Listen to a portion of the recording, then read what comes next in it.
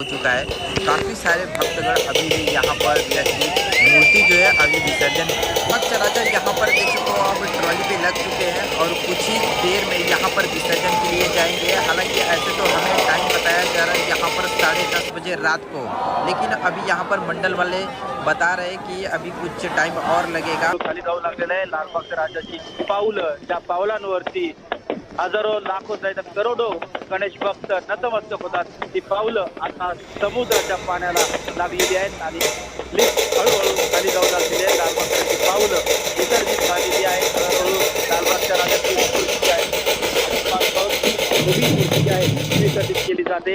एक नेत्र दीपक असा हा सोहळा असतो लालबागच्या राजाचा आणि हा सोहळा आता अंतिम क्षणी आपल्याला पाहता येतो आहे। लालबागच्या राजाचं विधिवत पारंपरिक विसर्जन जे आहे अरबी समुद्रामध्ये होताना आपल्याला पाहायला मिळत आहे। गणपती बाप्पा मोरया, मंगलमूर्ती मोरया आणि पुढच्या वर्षी लवकर या डोळे अरबी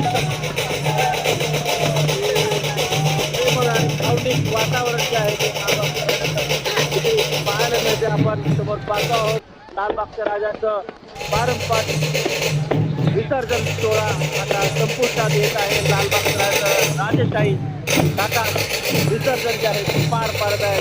आज दिवसभरामध्ये अनेक विघ्न आली, परंतु त्या सर्व विघ्नांवरती गणेश मंडळांनी मात करत खऱ्या अर्थाने विघ्नहर्ता गणपती जे आहे ते दाखवून दिलेला आहे। आपण इतकेच देखील पाहतो लालबागच्या राजाचं विसर्जन सोहळा पार पाडतो आहे आणि हा शेवटचा क्षण आपल्या डोळ्यात आता विसर्जन होताना आपल्याला पाहायला मिळतंय। आणि या संकटाची मोठी पर्वा न करता सर्व गणेश भक्त चौपाटीवरती ज्या पद्धतीने थांबले, मात्र त्याचा नेत्रदीप विसर्जन सोहळा जो आहे तो मात्र आम्ही आमच्या डोळ्यांनी पाहू। आज विसर्जन सोहळा समोर पार पाडताना आपल्याला पाहायला मिळतो आहे। लालबागच्या राजाचा पारंपरिक विधिवत हा विसर्जन सोहळा अंतिम टप्प्यामध्ये आलेला आहे। लालबागच्या राजा सार्वजनिक गणेशोत्सव मंडळाने अतिशय अत्याधुनिक असा सराव आहे तो आज ते विसर्जन जे आहे ते पार पाडताना आपल्याला पाहायला मिळत आहे। लालबागच्या राजाचं विसर्जन जे आहे ते पार पाडलेलं आहे आपण आता म्हणू शकतो। आणि समोर पाहतोय आपण फटाक्याची आतषबाजी आहे।